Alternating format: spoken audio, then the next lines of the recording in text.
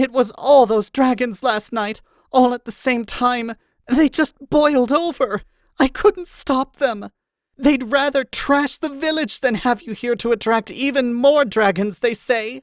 They didn't listen when I told them that you were the only Ponyville dragon. Spike's heart stopped entirely. He looked over the rise of Sweet Apple Acres down to his village, and sure enough, there was smoke hanging in the air, rising in gray, curling drifts. He could just make out movement through the streets. Torches bobbed along like fireflies. Fury began to build in his belly. "Thank you for warning me, Grapevine," he said. His voice was fire whispering through stone. "They're burning the town!" cried Aloe, her hooves flying to her cheeks. "That's my garden," Lyra said as she clutched Bonbon, her eyes wide and glassy. "They're burning my garden! The library," Twilight gasped. "The books! My home!" sobbed the mayor. "My home!" Spike's lip began to tremble with rage. He wanted to leap out of the sky and destroy those bigots. He wanted to see them pay for making one of his ponies cry. He couldn't. He had to see them safe first. His mind was still a bonfire as he began to snap out orders. "Rainbow Dash, Scootaloo, get to the Ponyville retirement village, would you? Take any Pegasus who'll go with you and get all of those old folks out of there. Rarity, Fancy Pants, Sweetie, can you gather together as many unicorns as you can and protect the hospital? Talk to Nurse Redheart, let her know what's going on.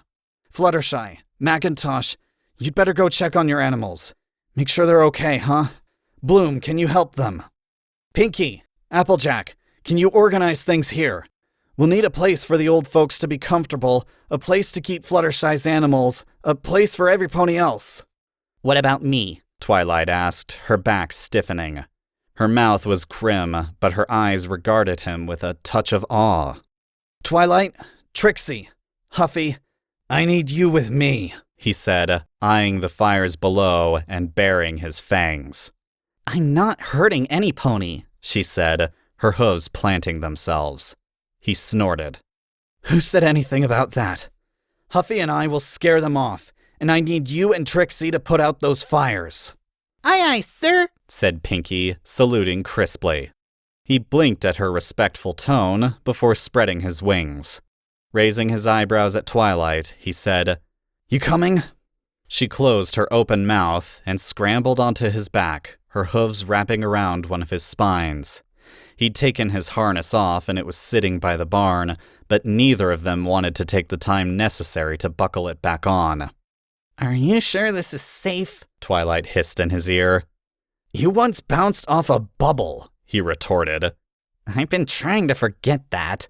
I could teleport, you know." "I've got you," he said. "Trust me." She laughed tightly. "You and your drama."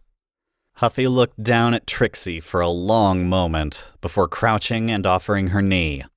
"Come on, then," she said, impatience ringing in every syllable. Trixie hesitated before she galloped over to her estranged friend and clambered over the proffered limb onto her back. She carefully stepped over Huffy's back to settle between two of her ice-white spines and held on. "Thank you, Huffster," she whispered. "Don't thank me yet," Huffy said, and with two gusts of wind, the dragons thrust into the air. From high above, Spike could see the fires spreading over his village. His mind was clamoring with violence. How dare they attack his village? How dare they? He shook off his anger as best he could, burying it in the darkest corners of his mind. This couldn't be about territory. If he stayed in that frame of mind, he'd explode. He'd hurt some pony. Tonight, he couldn't be a dragon. Tonight, he had to be an equestrian. As he flew, he could feel the smaller, faster air trails of Pegasi hurtling past him. The familiar sonic scream of Rainbow Dash's passing rang in his ears, followed by the ripping sounds of her fellow Wonderbolts. He mentally crossed off the retirement village from his checklist. Dash had that one covered, and she'd never let any pony down. Great, now he had mental checklists. Twilight was obviously contagious. The unicorn in question pointed to where the main body of the mob came charging up the street.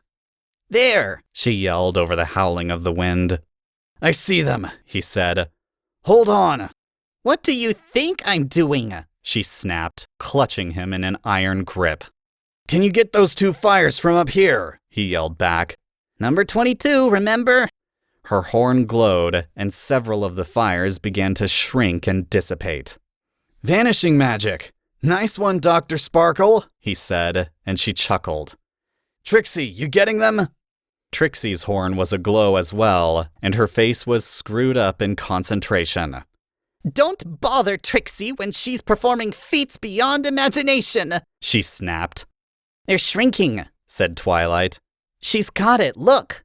"Let's do another pass to get them all," called Huffy, and Spike nodded. The two dragons banked and swerved, gliding back over the town. Twilight's horn relit, and beneath them the fires diminished. It was like watching eyes close all over the ground. "We'd better get down there," Spike shouted. "Let's try scaring them away first," Huffy said. "We could fly low." "Oh, let's not," Trixie said, holding on to Huffy desperately, her horn illuminating her somewhat queasy expression. "We'll try it," Spike yelled back. "Going down!" He tilted his wings, his weight tipping forward. They angled into a shallow dive, zooming over the heads of the rioters. Many screamed and bolted, but others waved their torches and hollered vicious insults at him. "I don't think they'll be that easily scared off," shouted Huffy, following in his wake. Spike gritted his fangs and banked, turning in a wide circle to face her. "We're going to have to get down there," he said, his mind still shrieking vengeance. He squashed his instincts ruthlessly. "They won't be scared off because they're more angry than scared. And what they're angry and scared about is us. We have to go and show them that we mean no harm." "You just buzzed over their heads," Twilight pointed out. "Any pony could buzz over some pony's head," he said loftily. "It's a free sky. Buzzing for all. Hey look, there's a clear space by sofas and quills. Do you think that's big enough for both of us?" Trixie peered over Huffy's outstretched wings. "It'll be a tight fit," she said with a dubious expression. "We'll get in there somehow," Huffy said. He could see Pegasi flocking out of the retirement village and sent a mental thank you to Rainbow Dash, Scootaloo, Soren, and Spitfire. On the outermost edge of town, earth ponies were galloping at full tilt towards the animal shelter, and Spike could recognize Macintosh at the head of the herd. The hospital was covered with a faint glimmering sheen of magic. What had to be protected was being protected. He glanced down again, taking in the chaos spilling through his streets, and then back at Twilight. "Go on, hero," she said. He gave her a quizzical look. "You said the what which now?" "Come on, Spike," Huffy yelled, and began to descend in a long, winding spiral towards the empty space before sofas and quills.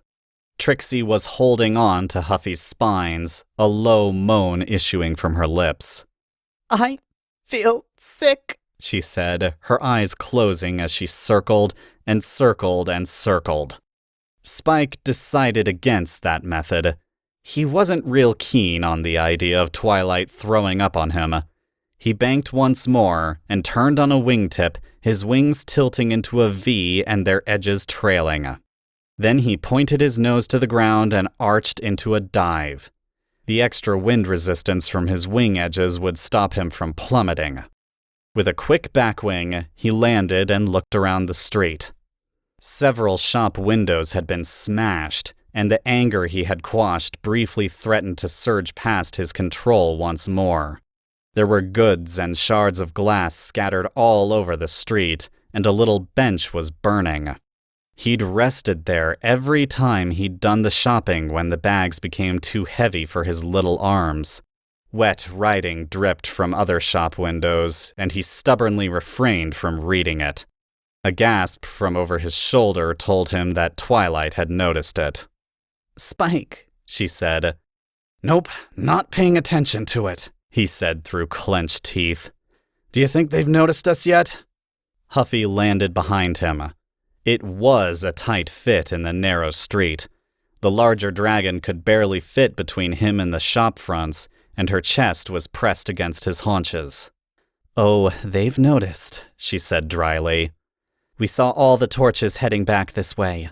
They'll be here any minute." "Oh, goody," Twilight said, her hoof rubbing her face. "Why couldn't I go and protect the hospital again?" Spike arched his neck to give her a long, serious look. "Because I need you," he said quietly. She held his eyes for a moment, and then nodded. Her horn flared, and the flames upon the bench shrank and died.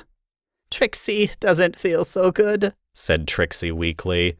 Spike gave a short bark of laughter. "Maybe you should hold off on the spirals next time you've got a rookie on your back," he said to Huffy. "Just who do you think you are calling a rookie?" Trixie sat bolt upright, her face indignant. Then she slumped back over. "Oh." Spike could now see the torches advancing up the street. "Why torches?" he wondered. "Don't they know that dragons are fireproof?" "It's the traditional rioting accessory," said Twilight. "I really think I hate that word," he grumbled. "They don't have pitchforks. We should count our blessings." Huffy crouched in readiness as the leading edge of the rioters came within earshot. "Here we go," she said, her eyes hard. "Huffy," Spike said, touching her foreleg, "you know that these ponies aren't all ponies." "Not now," she snapped. "Impatient. Right, I almost forgot." Right, he said, and turned back to the oncoming flood of rioters. They shouted and hollered as they came, made bold by their numbers. "Monster! You evil beasts! Get out of our lands, you abominations! Monstrous fall-killing demons! Hideous fiends! Get back to your own country and leave us in peace!" Spike frowned. "Hideous?" he said, a bit hurt. "Ignore that, Spike," Twilight said in a stern voice. "You're a very handsome dragon." He preened. Then he caught Huffy's amused eye and stopped. "Aren't you taking this seriously?" Trixie demanded, sliding to the street along Huffy's outstretched wing. His eyes turned deadly. "If I did," he said in a voice of ice, "they'd be dead." "His territory is being attacked," Huffy explained to Trixie. "He's trying to protect it without letting his instincts have full control of him." "Oh," she said, blinking. Twilight teleported to the street, crammed between the two dragons. "Keep a grip, Spike," she said, worry in her eyes. "I'm okay," he said, controlling himself with a great effort. "Promise. Let's just get these idiots out of here." A Pegasus lunged at Spike, face set and determined, and Twilight's horn flared. A purple shield manifested before his eyes, and the Pegasus was hurtled off it like a pony bouncing on a trampoline. "Why can't we just magic them away?" Trixie said as the rioters clustered together, shouting and hollering. Another Pegasus flew like a bullet for Huffy, her hooves extended. Blue and purple magic clashed before the dragoness, and the Pegasus was flung into the sky, wheeling uncontrollably. Twilight smiled apologetically as Trixie scowled. "If we got rid of them with magic, then they'd be back," Spike said. "And they'd never stop coming." "What about the police ponies?" said Huffy, warily eyeing the gathering crowd. "No doubt they're busy," Twilight said. "I'll bet the Ponyville Police Department isn't big enough to contain this crowd. They'll have sent to Canterlot for reinforcements." "That won't do it," Spike said grimly. We have to convince them I'm not a threat. You, not a threat? Brayed a pony in the front of the crowd. You are a dragon! Thanks for that news flash, he replied with heavy sarcasm. And here I was thinking I was some sort of oversized mouse. You're a beast who preys upon innocent foals! You enslave ponies into doing your bidding! You fatten them for your evil feasts! Screamed another. Spike blinked and then looked down at Twilight and Trixie. What, have you two put on weight? Twilight scowled, and Trixie turned up her nose at him. None of us are safe with you in our midst, cried yet another pony. We'll all be eaten in our beds.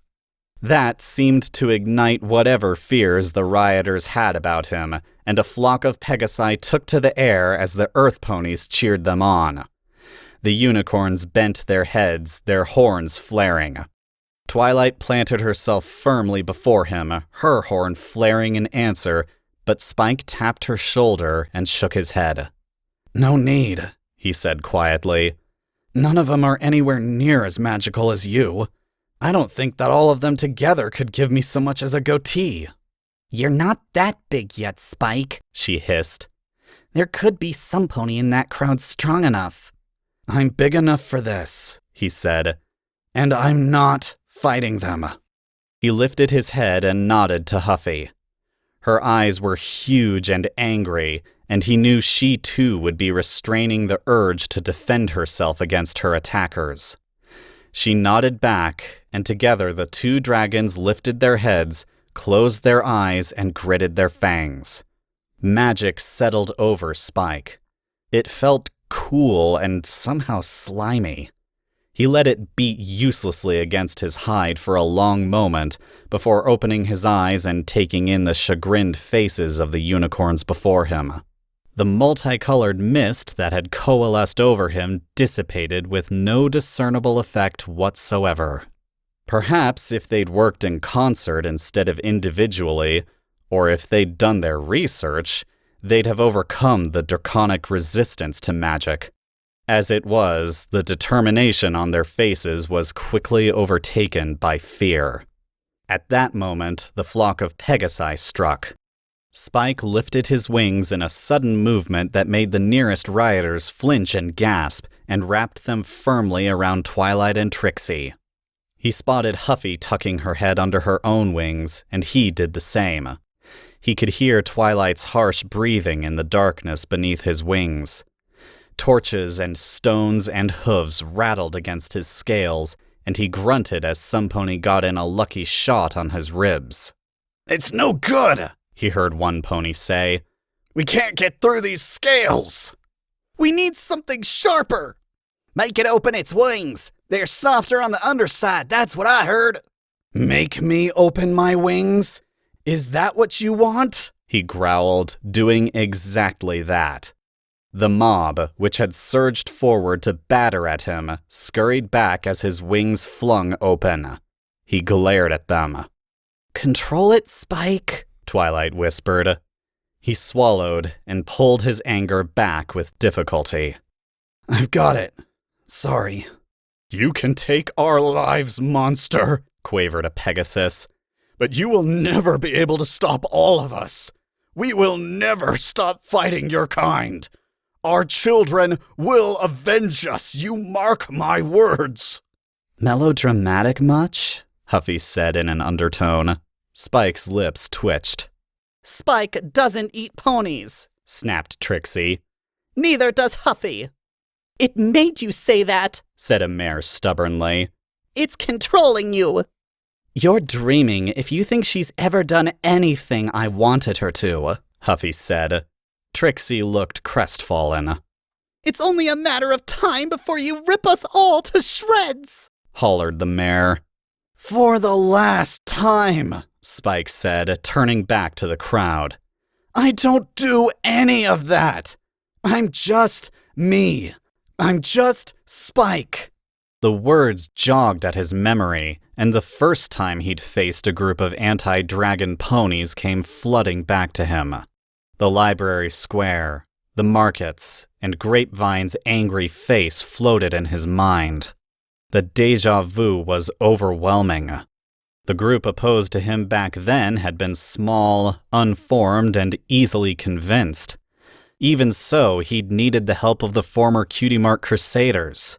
He'd been so upset by the knee-jerk prejudice that he'd acted without thinking and frightened every pony. Well, he knew better now. He'd fought a grown dragon and lived. He'd faced down worse than this. He was older and stronger and wiser than he'd ever been, and he would not budge. "I'm not leaving," he said in a steady, even voice. "There is nothing, absolutely nothing, you can do to make me leave my home. I am here for good." He let his anger surface in his hard green eyes. "Get used to the idea." You don't belong here! "I belong here a heck of a lot more than you do," he retorted. Don't listen, gabbled a Pegasus. It can hypnotize you with its voice. "I wish," Spike said sourly. If there is one of you, more will follow, cried a stallion hysterically, tearing at his mane. You are just the front of an invasion. Invasion? Spike's laughter burst out of him, and a plume of smoke rose above his head. Invasion? Don't make me laugh. Oh, wait, you just did. You deny it, of course, the stallion frothed. You are all the same, you dragons. Liars with your forked tongues and your slimy reptile ways. That sounds familiar, Twilight said, glancing back at Spike. Sure does, he said. A certain dragon of my acquaintance said something like that. All ponies are the same, he said.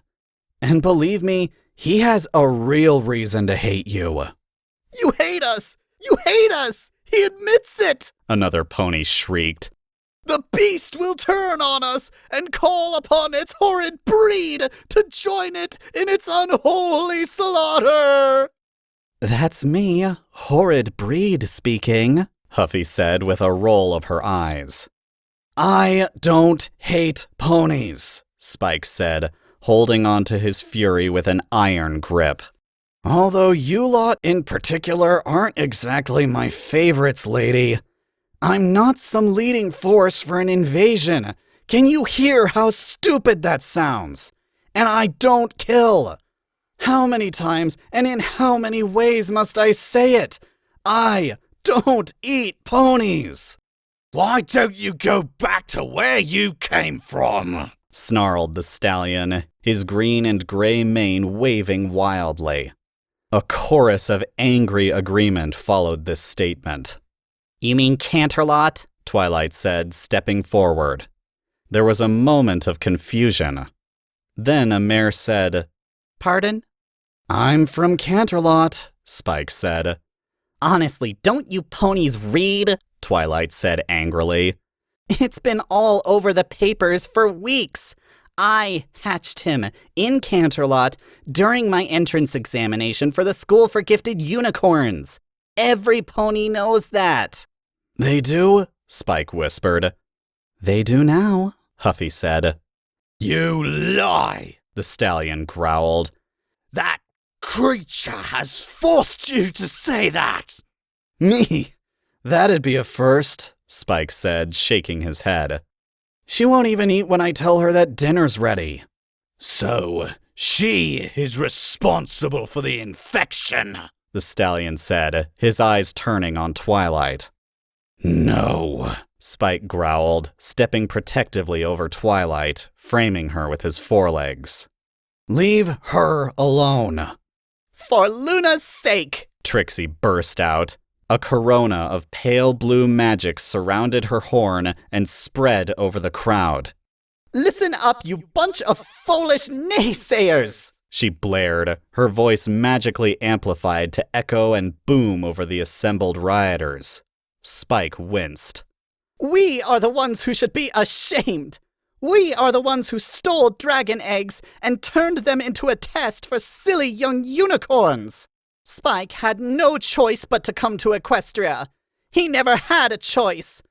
Don't you think if he'd had the opportunity, he would have preferred growing up with a mother and father? But no.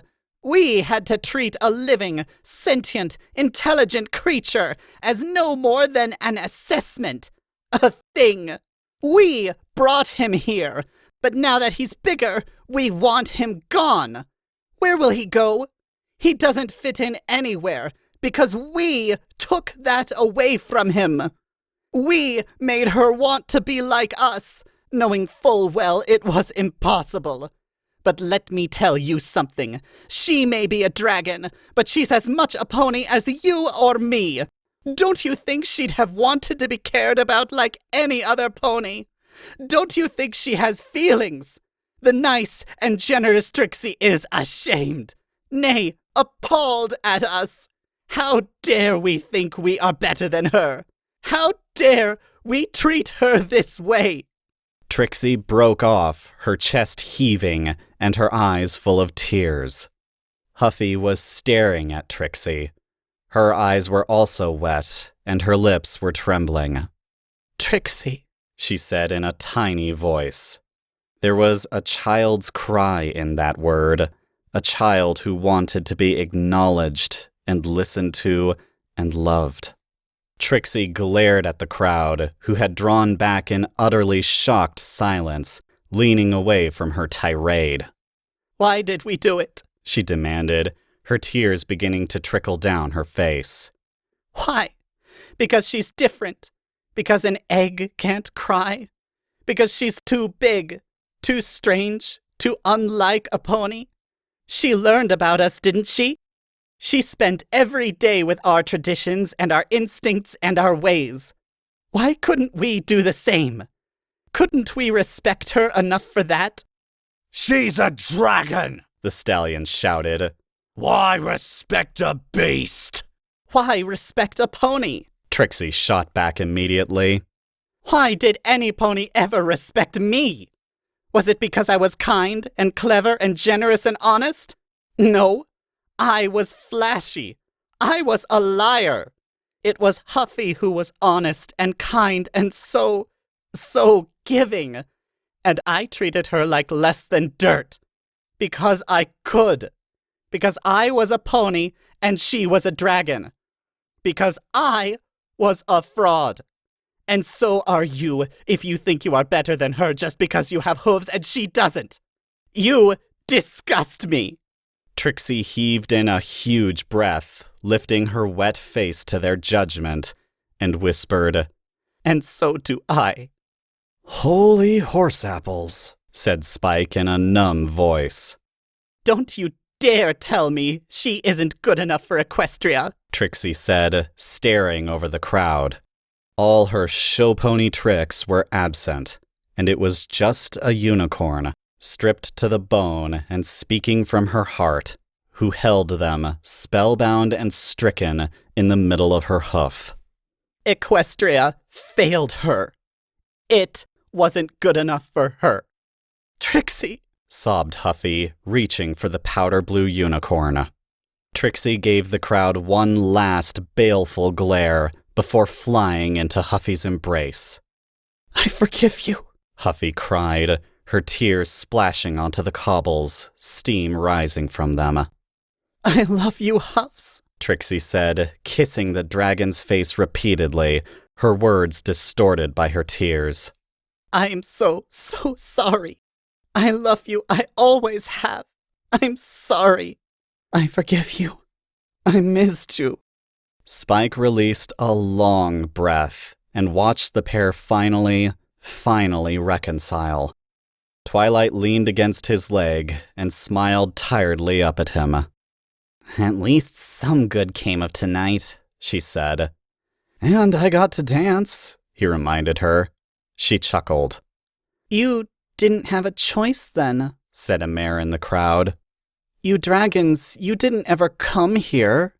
You were raised by me, said Twilight, still leaning against Spike. I'm still raising him technically. I take a lot of raising, he said, which caused a slightly stunned chuckle to race around the crowd. Why was your egg brought to Equestria? Asked some pony else. Spike sighed. You have to understand, dragons and ponies used to hunt each other, he said with reluctance. I know, can you believe it? Dragons used to try and protect their territories from ponies, and ponies would try and secure their settlements and towns from dragons. Bit of a conflict of interest, right?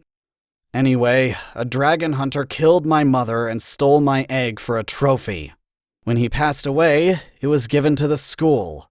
It was kept in magical stasis all that while, which is why I didn't die. More's the pity, snarled the unicorn stallion. Shut up, Blarney, snapped one of his fellow rioters. I want to hear this. It lies, said the stallion, turning on the pony who had spoken. It lies! That's what dragons do! Lie and lie and lie again! Huffy has never told a lie in her life, Trixie said staunchly. I'm afraid I can't say that about Spike, Twilight said, and he picked at his claws, his head hanging. But it was a long time ago and he was only a baby. He was sorry and he learned his lesson. What about all those dragons last night? The gray stallion with the streaked green mane challenged. Can you deny that you are luring the monsters here? For a start, Spike said, beginning to get irritated again, I didn't lure them here. You're a complete haybrain if you think I wanted to have a fight for my life. The dragon of the Everfree Forest has always lived there. That's why he's called the Dragon of the Everfree Forest, strangely enough. The magician of Coal Crater doesn't even live in Equestria, and he was only here for a night. Besides, he likes ponies. He actually knew Starswirl the Bearded. Can you imagine all the things he's seen? All the cool magic and history? Twilight was covering a grin, and he realized that his internal library assistant had spoken up again. He smiled a little sheepishly, and a slight intake of breath rippled through his audience. Thanks, Twilight hissed. Spike dropped his smile quickly. No, Trixie said, still holding Huffy. Let him smile. He should be able to smile. Spike blinked. Thanks, Trixie. The nice and generous now, she said with a watery grin. He smiled back tentatively before turning again to the crowd. Anyway, no dragon can hurt a pony unless their life depends on it, because of the treaty, and vice versa. You don't hurt us, and we don't hurt you. Why can't you go and live in a cave like a proper dragon then? Said a pony from amongst the rioters. There seemed to be a commotion at the back. Some pony was pushing through the crowd, causing ponies to stumble and swear. Because I want to stay with my family, he said, barely hanging on to his patience. If I've said it once, I've said it 100 times. And boy, am I sick of the words proper dragon. With a final shove, Grapevine pushed her way through the crowd and almost fell at Spike's feet. The police ponies are coming, she said, gasping. They're rounding every pony up and converging here. There's guards from Canterlot with them. They're closing the net. Spike lifted his chin. Knew they'd be out there, he said. Ponyville's finest. Ponies sworn to protect this town. You know, the town you just trashed, set on fire, and looted. There are consequences for that sort of thing. Believe me, I know. I've done it myself. But if you believe in the rights of ponies, you have to believe in the responsibilities, too. She wrung her hooves. I never wanted this. I know, he said, closing his eyes. But that's the thing about lighting fires. Sometimes they get out of control. Quit being wise. You're making me feel old, Twilight muttered. Why should we bow to the justice of this dragon-loving freak village? the stallion roared, levitating his torch. Why should we be punished for doing what our forefathers knew to be right? Forefathers? Said Twilight, her eyes narrowing. I'm an equestrian citizen, Spike said, and the laws of this village are the same as the ones all over Equestria. Twilight, hit it. Laid down by Princess Celestia and Princess Luna at the founding of Equestria, witnessed by the leaders of the 3 pony tribes, and now kept in a glass case in the Canterlot Museum of Dry and Dusty Historical Artifacts, Twilight rattled off. You're not an equestrian, the stallion said, his pupils surrounded by a sea of white. You can't be. You're just a beast. Why should I believe a word from your lying mouth? You can go check it yourself, Twilight said frostily. I took Spike to see it when he was a baby. It was boring, Spike muttered. I got you an ice cream, she muttered back. He wanted to retort that she'd gotten him vanilla when he'd clearly said chocolate, but the angry stallion was speaking again. His fellow rioters were beginning to draw away from him. Their fervor had seemingly been crushed under Trixie's epic scolding and Spike's factual answers, and each face seemed to say, well, I was just going with the flow, you know, but I'm not like him. You should all be dead, the stallion said, tossing his green and gray mane and snorting in anger. You should all die! Did a dragon kill some pony in your family or something? Spike asked with a glance at Grapevine, who blanched. The stallion laughed maniacally. My family! This guy's got donuts for brains, Spike muttered. There should be hunting parties again, the stallion said, his eyes lighting up with an almost religious fervor. We should hunt you all down, yes! Eradicate you from the world altogether. You'd break a treaty between the princesses and the Wormstadt? Gasped Huffy. Set ponies against dragons all over again? Hunting has been banned for 100 years, Spike said coldly. They had the right idea back then, the stallion shrieked, apparently lost to reason. We should kill you all! I think you'll find that the princesses come down pretty heavy on that whole genocide thing. Die, you monster! The stallion roared, and before Spike could react, the heavy torch was hurtling straight for his eyes. His startled, non-fireproof eyes. No! Twilight shouted, her horn blazing in a corona of light. She rose slightly off the cobbles, her eyes burning white-hot with power. The torch froze mid-air, only inches from Spike's eyeball, and then clattered to the stone cobbles. The stallion was rooted to the spot, tugging vainly at his immobile hooves as Twilight floated towards him, encased in brilliant white light. Your name, she said in a voice that trembled with magic.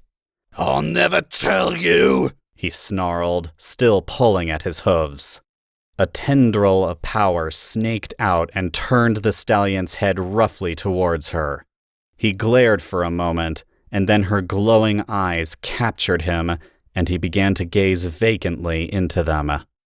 Your name, she repeated, still speaking in that overwhelmingly powerful voice. Blarney, he said dully. Blarney what? Blarney Stone, he said. Spike's heart leapt into his mouth, which was suddenly dry as dust. Why did you throw the torch, Blarney Stone? To regain my family's honor, he replied, his eyes blank. You are a descendant of Livingstone? Yes. Is that why you hate dragons? He was a hero, he said, his voice an awful monotone. My mother showed me. We had many riches, many things. He is not a hero now. Every pony sees a murderer instead. His riches and treasures are gone, taken for burial and to make restitution. I should have spent my life amongst his riches. Instead, I am old and poor and alone because he is not a hero anymore. But he was right, and dragons should die, and I should be rich and proud of my family heritage. You threw the harpoon at Spike. Yes. Where did you get it? It was living stones. It was the only thing we had left after the RSPCD took all his things away. I was a child then, just a foal, and I hid it. He killed my mother, Spike growled. I know, said Blarney Stone in his empty voice. I thought it was right to kill you with the same weapon that killed your mother. Fitting. I missed by only inches, and now the harpoon is gone. You have been hiding in Ponyville? You sent the letters? I didn't need to hide. I just wore a camera around my neck. There are so many reporters and photographers here that one more wasn't likely to cause any comment. It allowed me to study the beast's movements without causing any suspicion. I sent the letters. I was pleased to make you afraid.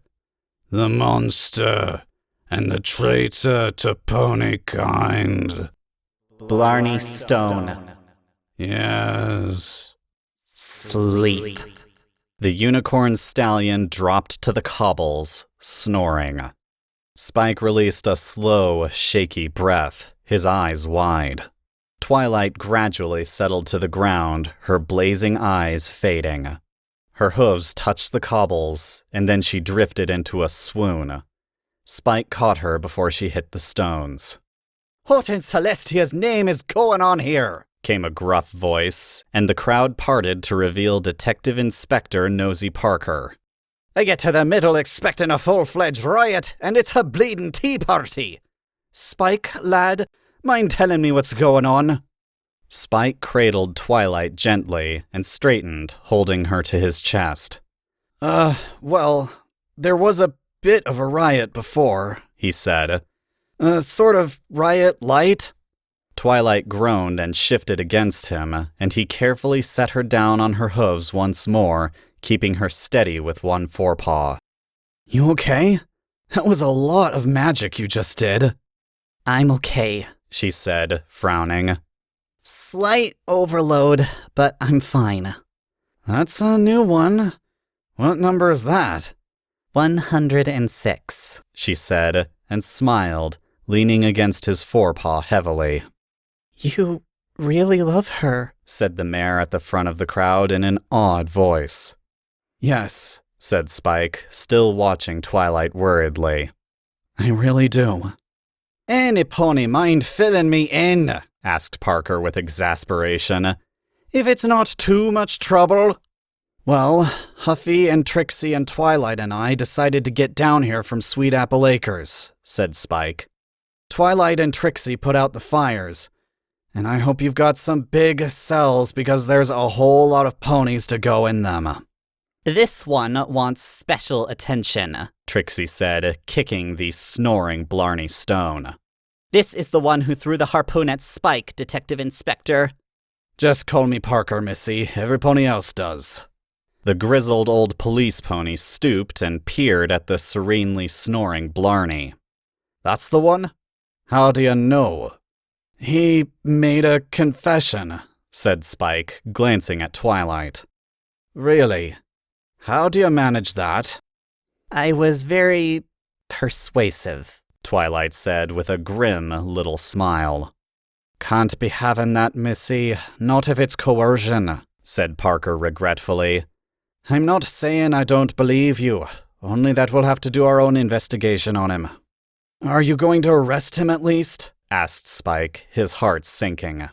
Well, we got him on riot charges, don't we? I'm sure our investigation will pan out, son. Don't you fret none. We'll have him tied up nice and legal. Good, said Spike, his jaw tight. We saw him attempt to assault Spike, said Grapevine suddenly. We all saw it. He threw a torch at him, and it was only that unicorn's fast magic that saved his sight. Well now, Parker raised his eyebrows. You willing to make a statement along those lines? Yes, she said firmly. Spike jerked and then stared down at Grapevine in surprise. She glanced up at him and gave him a short little nod. Right is right, she said. Can we go back to Sweet Apple Acres? Said Huffy, her eyes darting around the subdued former rioters. Trixie hugged her foreleg comfortingly. Good idea, Spike said, and heaved a great sigh. I think Pinky still had fireworks planned, said Twilight, looking up at the starlit sky. That was enough fireworks for me, said Spike wryly. Do you think that's the end of it? Asked Trixie. Nothing ever ends, Spike said, watching the police ponies rounding up the subdued rioters. Not really. Every ending is just the beginning of something else. Twilight looked up at him with that odd touch of awe in her eyes. Then she gave him a crooked little smile. Wise, she said. Hi. Hatch. Spike. How are you doing? I am well, little one. You are healed also. Yeah, all better. Of course I slept all day yesterday. Razorfang chuckled. As did I. I have not participated in a duel for many centuries. Especially not one against so agile an opponent. Huffy's leaving soon, Spike said, sitting down at the edge of the forest and looking up into the old dragon's face. She's going back to her territory. Trixie's going with her for a few days. That should be interesting. The small purple female, mused Razorfang. And that is the name of the pony that raised her. Yeah. Look, I'm sorry about the names thing. I didn't know that I was demanding... Spike, Razorfang interrupted. I am not sorry for it. Not at all. Spike blinked. Really? Razorfang raised his head and gazed out over Ponyville, his eyes distant. I have been alone for so long, he said in a faraway voice. I have nursed my hurts and chewed my anger. For so long it has become like a limb I must carry around with me. I have been eaten up with bitterness and loneliness. And then you enter my life, he said, and paused before chuckling quietly. You enter my life like a stream washing out a cave. Spike winced. You insist with every second breath that you are my family. But I could not accept that a dragon could live with and love ponies. I am old, and tradition is what I cling to. And so I clung to the right of the duel, even as proof upon proof was heaped upon me that a dragon could indeed live with ponies, and that ponies could indeed love a dragon. Yeah, I guess I'm okay, Spike said, squirming a little. Razorfang laughed again at his expression, before sobering quickly. His great head bowed and touched Spike's in a peculiarly paternal way. I am sorry. I forced you into that situation, hatchling. Spike, said Spike automatically. They met each other's eyes and began to laugh.